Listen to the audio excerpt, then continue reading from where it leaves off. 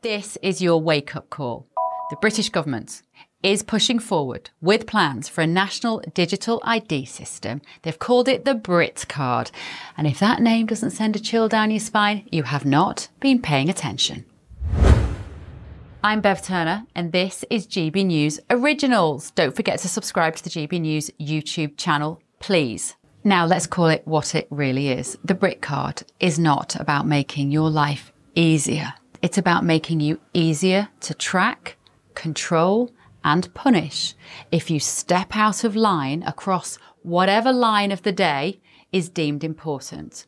They've wrapped it up in slick PR language about streamlining services and enhancing security and making sure that the Windrush scandal never happens again because people who are allowed to live here will have the proof that they do so. They're also telling you all through the press that this will stop people coming over here on small boats. That is patently untrue.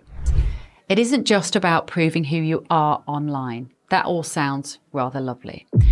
This is about building a centralised, state-controlled digital identity system that could be used, will be used, to link your finances, your medical history, your travel movements, your social media activity, even your social activity in real life and more. It's quite frankly a digital dog tag, and once it's clipped around your neck, you will not be able to take it off. So let's start with the basics. What is this Brit Card? According to leaked briefings and government statements, and frankly any of us who've been paying attention knew this was coming, the Brit Card is going to act as a unified digital identification that every British citizen can use to access public services to prove their identity and eventually, though they won't say this part out loud, link with your banking, your health and your travel movements. They're calling it optional for now, but we've heard that line before. Remember vaccine passports? Yes, I do. They started as a temporary solution, but within weeks, you couldn't get into a pub or fly abroad without one. Make no mistake, the Brit Card is the foundation of a surveillance state. Once in place, it will become incredibly easy to expand, quietly, incrementally, until it is essential for anything you want to do. You want to apply for a job? Brit Card. Rent a flat? Brit Card. Take a train? You guessed it. Brit Card. And once that is normal, it is no longer this so-called card. It is a digital chain. It is invisible, but it is ironclad. The sales pitch, of course, for this is it's all about security and efficiency. The government's narrative is all very slick and they will say this is to reduce fraud. They'll tell you it'll make accessing NHS services easier or help you prove who you are when applying for benefits. All of that sounds great until you realise what you're giving up in return. A centralised ID like the Brit Card will track everything you do. So when you check in to the GP surgery, the government will know. When you make a payment, when you log into a website, when you get on a train, imagine a digital record of your daily life monitored by both public and private entities. Your movements, your choices, your health, and critically, your opinions. This is not hypothetical. This technology exists. It will be easy to implement. The motivation to make it happen exists. And the right pretext, I don't know, another pandemic, a financial crisis, a spike in online hate speech, you will be told this is all for your own good. And if you think this ends with digital ID, I've got a bridge to sell you. The front pages of the papers this week were telling you, as though you're idiots, that a Brit Card will stop people coming over on small boats seeking asylum, refuge, or being an economic migrant, because those people can often escape into the black market economy, working without the state knowing anything about them. Well, the state is already meant to know about them. If they're being given jobs, they should have the papers to secure that job. The Brit Card won't make any difference to that at all. It will not operate as a deterrent to people who want to come across to this wonderful country. So just ignore that when you're being sold that idea. Let's also not forget that we are already seeing the slow creep of programmable money. The Bank of England is working on a digital pound and has been for a few years. And there are active conversations now about linking spending capabilities to your digital identity. That means if your ID is flagged, limited or suspended, I don't know, because maybe you said some hurty words on social media, that will mean you can't access your own money. Just let that sink in. The government already has a proven track record of making life extremely difficult for people who don't toe their very narrow line. From freezing protesters' bank accounts to threatening censorship online, the precedent is clear. Give power-hungry bureaucrats without sufficient conscience or imagination a system like Brit Card, and you're handing these idiots the keys to your digital life. And just wait until it's tied to your carbon tracking or your health data. You didn't recycle this week? Points will be deducted. Bought too much red meat or petrol? Access denied. Did you say something misleading? Perhaps some misinformation, the kind of stuff that you and I would know to be true on social media? Your account will be flagged.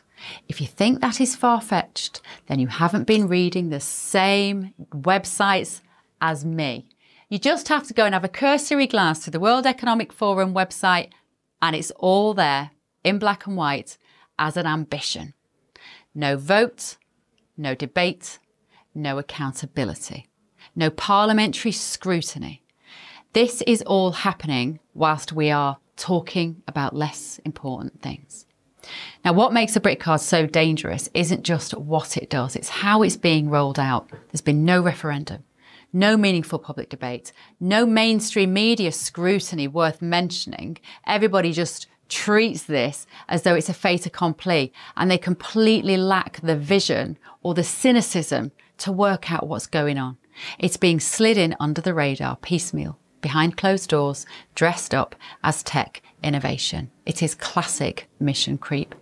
And right now we're told the Brit Card will be voluntary. Of course it is. But so was the NHS app. So was that ridiculously expensive 30 billion quid track and trace check-in app. So was digital banking, remember? That would always be optional. Not anymore. Over time, these systems like those evolve from handy options for convenience into non-negotiable requirements. The infrastructure is being built while we're distracted. And once it's in, it's only a matter of flipping a few switches before it becomes mandatory. It isn't mandatory, of course, if you're having to be coerced into using it because you cannot function every day without it. And once we're at that stage, it will be too late to push back. Now, people will say, I hear it a lot, if you have done nothing wrong, Bev, you have nothing to fear. This is the language of tyrants or just deeply naive people who still think the government have their best interests at heart. Your right to privacy is not conditional on your obedience to the government or what society deems the latest omni-trend. You do not have to justify why you want to keep your medical data, your spending habits, or your daily movements about your city or your country or the world, frankly, to yourself. That is called freedom. We are supposed to live in a liberal, Western democracy, not a digital cage in which we can't operate without the permission of bureaucrats at the other end of our telephones. Now, when the state can track you at will, freeze your finances and control access to services based on your compliance, it doesn't matter how well behaved you are. You've already lost the most basic of liberties, the freedom to live without constantly seeking permission to do normal, everyday things. So what can we do? This is the tricky part, but it is necessary. Try as far as possible not to opt in. And I know that's really difficult because we're not quite there yet, but there will be a pushback like there was with vaccine passports. Try not to let your data be captured willingly.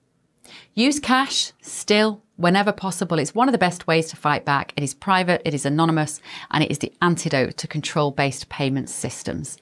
Speak to your MP. Demand transparency. Demand a referendum. Demand a say on this. Send them links. Send them this video. Hi.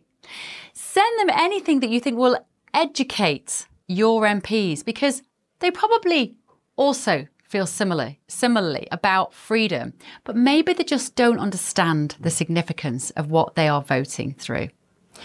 You need to support independent journalism as well, and tech alternatives. Big tech is part of the problem. We need decentralized platforms, not government monitored IDs. And talk to your mates, talk to your family. Make sure this isn't like vaccine passports where everyone was a little bit awkward and didn't know whether we should bring it up over Sunday lunch in case somebody at the table hadn't taken a state mandated injection. Talk about digital ID. Ask people, do you know what the Brit Card is? Do you know what it will do? Do you know what the implications are? It's such an important conversation. It's literally the most important conversation that we should be having at this time. Because once the Brit Card becomes part of daily life, resistance will be painted as extremist. Sounds familiar, doesn't it? So speak up now while we still can. And finally, this is about power. The Brit Card isn't about technology. It's not about convenience. It's not even about illegal immigration, regardless of what they tell you. It is about power. Who has it? Who controls it? And who loses it? If we let our MPs, cheered on by tech companies, push this through without a fight, it won't be long before asking the wrong question, spending money on the wrong things, or holding the wrong opinion will put you on the wrong side of the system. And there will be millions of people who will be happy to cheer this through. It's not even about left or right. It makes that old-fashioned political paradigm utterly irrelevant. It is about being free or being trapped. And if we don't draw the line here at Brit Card, it may be the last line that we ever freely get to draw. I won't be living with you in a digital cage. I will do everything to remain outside of that system.